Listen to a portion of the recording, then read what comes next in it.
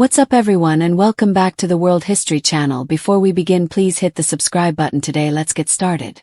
How was cleanliness in medieval castles? The popular perception of personal hygiene in the Middle Ages is that there wasn't any.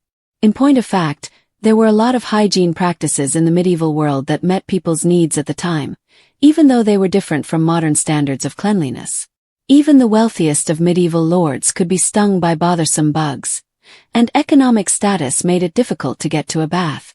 Cleanliness in the medieval world was practiced both publicly and privately, carried spiritual and social implications, and generally speaking was much more widely understood and implemented than many modern people realize. In medieval castles, monasteries, and villages, hygiene meant having clean hair, fresh breath, and occasionally a smoothly shaved head. It was associated with health, class, and purity. Bathing was highly encouraged, but it was a luxury. During the medieval era, bathing was considered important, but it was also difficult, depending on a person's location and resources. Groups like the Vikings were particularly interested in cleanliness and bathed for religious and medicinal purposes. Monks and nuns also bathed at their respective houses, often as part of a ceremonial practice. In many places, the Romans left behind bathhouses and communal bathing, but many homes also had their own bathing facilities. That said, having a place to bathe was often associated with wealth, and even with a makeshift bathtub on site, a full body washing wasn't a daily practice. Commoners were more likely to bathe in springs, streams, and other water sources near their homes. Because of this, they were susceptible to the weather and only ever bathed in cold water. Daily hand washing was done several times. While full body baths were somewhat infrequent, medieval folk did recognize the importance of clean hands and a clean face. Christian and Jewish rituals included washing hands before eating. Given how much food was consumed without utensils, people also washed their hands after meals. Upon entering elaborate medieval homes, diners were required to wash their hands. An aquamanile, a hand-washing basin whose name derives from the Latin words for water and hand, could be both decorative and practical, and often featured elaborate animal imagery. Soap may have been used, but the entire hand-washing process often consisted merely of a quick rinse and dry. Women commonly washed their hair every Saturday. During the medieval era, women washed their hair on a regular basis, but the frequency with which they did so varied. Often a task reserved for Saturdays, women washed their hair to rinse away all the dust and grime that may have accumulated through the course of the past week's labors. Peasants and commoners may have washed their hair less often, but regardless of regularity, the process was very involved and may have required assistance. Women would remove their clothes from the waist up and have water poured over their heads using a pitcher of water and a basin. If available, a pseudo-shampoo made from oils, herbs, and minerals was applied and rinsed out. Cheap lye soap was often made and used domestically.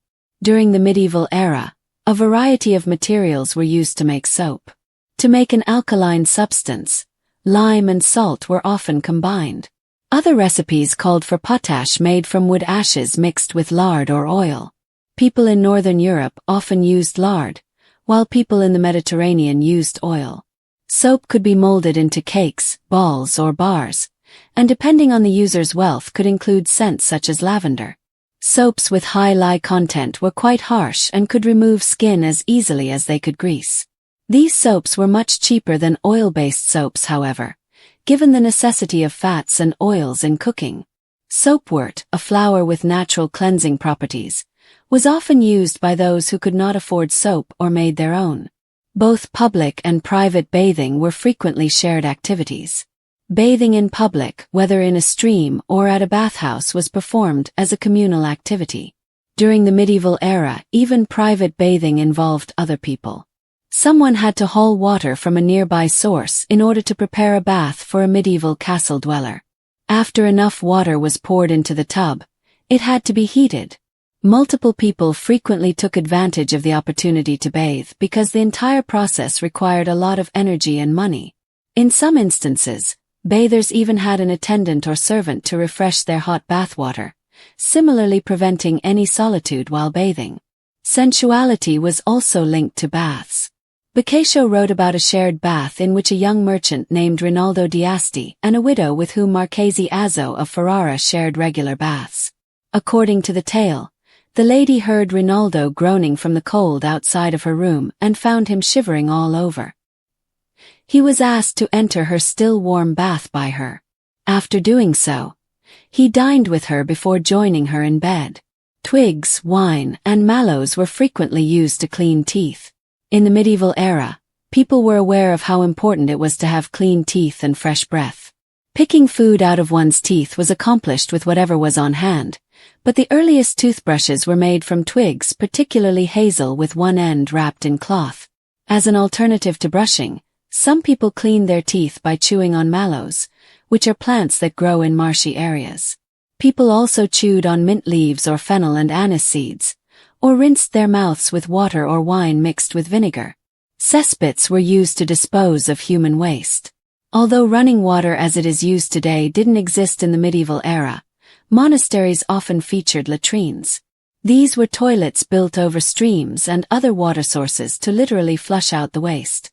In some cases, the pits were elevated above the latrines so that the latrines could drain into the nearby rivers and streams. People also relieved themselves using cesspits, which were holes lined with stones or wooden planks. When not in use, these were covered to keep odors out. Similar structures like privy chambers, garderobes, and necessaria were common in many castles. Some even had a dozen wooden seats with water access and ventilation. Outhouses were also utilized, but if a person couldn't find a place to relieve themselves, a nearby cesspit was always an option. Another method of disposing of human waste was to empty a chamber pot into a nearby septic tank. Water was often undrinkable due to unregulated water sources. Water that supplied medieval castles and cities was also used to remove waste, which threatened the safety of the water source itself. Due to the volume of waste in cesspools, it was challenging to obtain sufficient drinking water from a river or stream. To meet the requirements of the public, numerous cities responded by importing clean spring water. Wells were equally problematic, especially as populated areas expanded and groundwater became contaminated. Cities such as Siena attempted to regulate access to public water sources, allowing only laundries, inns, and public bathhouses to pull from them directly. This proved ineffective, however, when city residents began throwing waste out of their windows and washing their clothes in public conduits and dumping other filth, with the result that fountains and the water supply were being spoiled. In the end, the majority of people in the medieval era preferred ale, beer, or wine over water. Water was thought to be a drink for the lower classes and was feared for its impurity. By the 11th century, however, people began to have difficulty finding clean water for cooking and other uses. Shaving was performed in pairs. While mirrors did exist in the Middle Ages, they were cloudy and very small, meaning shaving was often a joint activity for commoners. Visiting the local barber, who was also usually the local surgeon, was preferable to removing one's own facial hair with a sharp blade. Monks helped one another shave in order to maintain their tonsures. Shaving was done at specific times of the year and sometimes in groups. However, a monk who needed to be cleansed might have shaved more frequently. Women relied on plucking or depilatories for hair removal. Eyebrows and hairlines were tweezed, and substances such as walnut oil, vinegar, and even dried cat waste were used to remove hair. Lice and fleas were pervasive. The medieval world was plagued by lice and fleas, minuscule creatures found in bedding, clothing, and hair. Even the most wealthy of medieval aristocrats and holiest of monks fell victim to bugs. It is said that Francis of Assisi referred to lice and fleas as pearls of poverty, and delousing was common. Delousing was usually carried out by women and often took place in bed or by the fire, at the window, or on the shoemaker's bench. Raymond Gilhou was deloused, in full view of everybody, in the doorway of the Austell Hospital. Women would brush or comb parasite-infested hair with implements resembling brooms. Daily hygiene regimens were followed by individuals. Salerno Medical School, one of the major medical schools in medieval Europe, published a guide for healthy, hygienic living in the 12th or 13th century. Drawn from classical texts like those of Hippocrates and Galen, as well as Arabic works, Regimen Sanitatis Salernitanum included healthy diet advice, headache remedies, and even morning health disciplines. In accordance with the regime, in the morning upon rising, wash your hands and face with cold water. Move around a while and stretch your limbs. Comb your hair and brush your teeth. These things relax your brain and other parts of your body.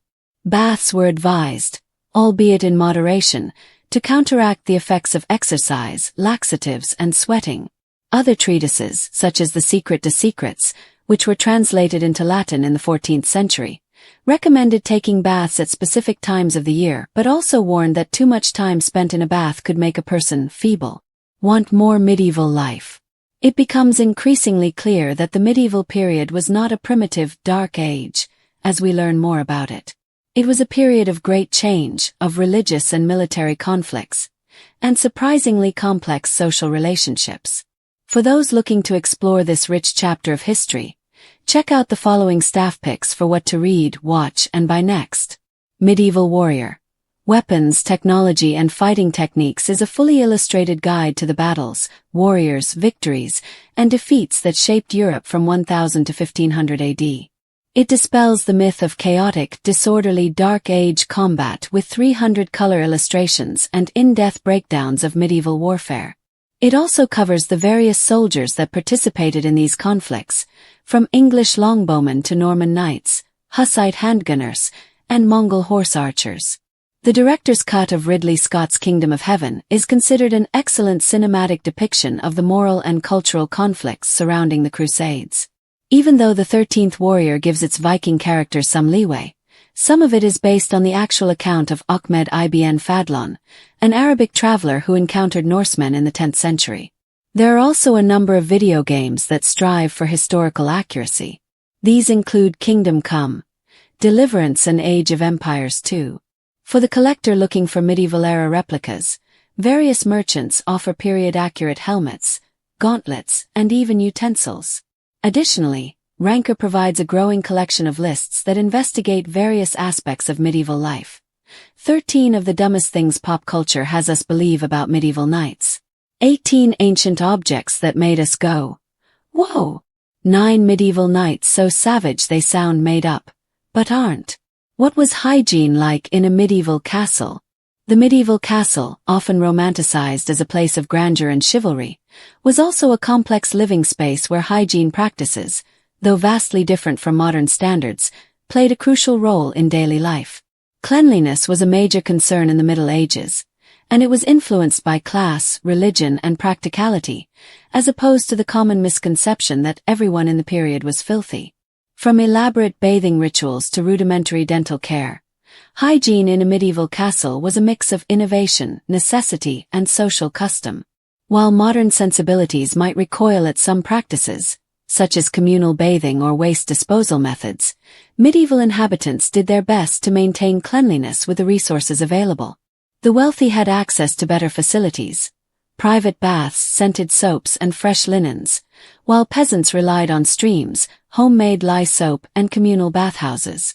Since water contamination was a constant issue, many people preferred beer or wine to water. Castles, despite their stone walls and imposing presence, were not immune to pests, odors, and the challenges of waste management. Yet, within these constraints, medieval people developed a surprising array of hygiene practices that kept them relatively clean, even by today's standards. Bathing, a luxury, not a daily ritual. The idea that medieval people never bathed is a persistent myth. In reality, bathing was highly encouraged, though its frequency depended on social status. For the nobility, bathing was a semi-regular indulgence, often involving large wooden tubs lined with sheets and filled with heated water. Servants would haul water from wells or nearby streams, then warm it over a fire before pouring it into the tub. Because the process was labor-intensive, baths were not a daily occurrence but were taken when possible, sometimes weekly. Communal bathing was also common, a tradition inherited from Roman bathhouses. The public bathhouses in towns served as social hubs where people washed, gossiped, and even conducted business. Lords and ladies in castles might share bathwater with family members or close attendants. However, these spaces were not without controversy. Some church officials frowned upon mixed-gender bathing, fearing it led to immorality. For peasants, full-body bathing was more sporadic. Most commoners washed in rivers, streams, or public baths when available, though cold water and harsh weather made winter bathing rare. However, it is exaggerated to suggest that medieval people did not wash their hands for months or even years. Cleanliness was valued, despite the fact that the methods were less advanced than they are today. Hand washing is a social and sacred act. While full baths were occasional, hand washing was a frequent and almost ceremonial practice. Medieval diners were required to wash their hands before eating as a Christian ritual and for hygiene reasons. An aqua manili, an elaborate pitcher shaped like an animal or mythical creature, and a basin for rinsing were given to guests by servants in castles. If soap is available, it could be used, but most of the time it was just water and a towel to dry with. Hand washing also played a role in religious life. Monks and nuns washed their hands before prayer, and priests purified their hands before handling the Eucharist. This practice reinforced the link between physical and spiritual cleanliness, a recurring theme in medieval hygiene. Hair care, weekly washes and elaborate treatments. Medieval women, particularly noblewomen, took hair care seriously. Every Saturday, many people used a mixture of water, herbs, and homemade shampoos made from soapwort or lye-based soap to wash their hair. The process was laborious. Women would strip to the waist, bend over a basin, and have a servant pour water over their heads while scrubbing with cleansing agents. To keep hair soft and smelling good after it has been washed, it may be treated with oils like rose or lavender. Despite the fact that lice infestations remained a prevalent issue, lice were detangled and removed with the help of wooden or bone-made brushes. Men, particularly monks and knights, often kept their hair short or shaved their heads partially to minimize maintenance. Soap, harsh but effective. Compared to the mild, scented soaps of today, medieval soap was very different. The majority of soap was made by mixing lye, which comes from wood ash, with animal fat or olive oil to make a harsh but effective cleanser. Cheaper soaps, used by peasants, had high lye content and could strip skin as easily as dirt. Wealthier individuals had access to finer soaps, sometimes scented with herbs or flowers. Castle dwellers might also use soapwort, a plant with natural saponins that created a mild lather. Despite the rough texture of homemade soaps, they were essential for washing clothes, bodies, and even dishes. Dental hygiene, twigs, herbs, and mouth rinses. Tooth decay was a major problem in the Middle Ages due to coarse bread, honey-heavy diets, and lack of modern dentistry. However, people still made an effort to brush and floss. The earliest toothbrushes were chewing sticks, twigs, often hazel, frayed at one end to scrub teeth. Some people used abrasive pastes made from crushed bones or shells or rubbed their teeth with a cloth. Medieval people rinsed their mouths with wine or vinegar or chewed mint, fennel, or anise seeds for breath mint. Despite these efforts, tooth loss and gum disease were common, especially among the elderly. Waste management, garderobes and cesspits. One of the most unpleasant aspects of castle life was waste disposal. Most castles had garderobes, small toilet chambers built into the walls, with shafts that dropped waste into a moat or cesspit below. These privies were often placed near bedrooms for convenience, though the smell could be overwhelming. In towns and castles, deep, stone-lined cesspits were used to collect human waste. Gong farmers, medieval sanitation workers, occasionally emptied cesspits. However, leakage and contamination were constant problems, leading to foul odors and disease. Chamber pots were also common, emptied into courtyards or rivers, contributing to water pollution. The problem of drinking water. Perhaps the biggest hygiene challenge was securing clean water. Waste frequently tainted rivers and wells, making drinking water unsafe. As a result, many people, even children, drank ale, beer, or wine instead. There were rare instances in which castles and monasteries had sophisticated plumbing systems that brought in fresh spring water. Cities attempted to regulate water sources, banning washing or waste disposal in public fountains, but enforcement was difficult. By the late Middle Ages, some towns built aqueducts and conduits to improve water quality, though contamination remained a persistent issue. Vermin and pest control. Castles, despite their grandeur, were not immune to pests. Rats, fleas, and lice were constant pests that brought about discomfort and disease transmission. To combat them, people used flea traps, small sticks coated with sticky resin, burned aromatic herbs to repel insects, and kept cats to control rodents. Straw was frequently used to stuff the bedding, which needed to be changed often to prevent infestations. Conclusion: a balance of cleanliness and contamination. Medieval hygiene was a mix of careful practice and unavoidable grime. While nobles enjoyed perfumed baths and fresh linens, peasants made do with cold river washes and homemade soap. Even though dental care was basic, garbage disposal was difficult, and clean water was hard to come by, people still put cleanliness above all else. The medieval castle, far from being a cesspool of filth, was a place where hygiene was managed as best as possible under the constraints of the time. From weekly hair washes to hand-washing rituals, medieval people understood the importance of cleanliness, even if their methods seem strange to us today. Their ingenuity demonstrates that the desire to be clean is an eternal human concern, and their struggles with sanitation serve as a reminder of how far modern hygiene has come.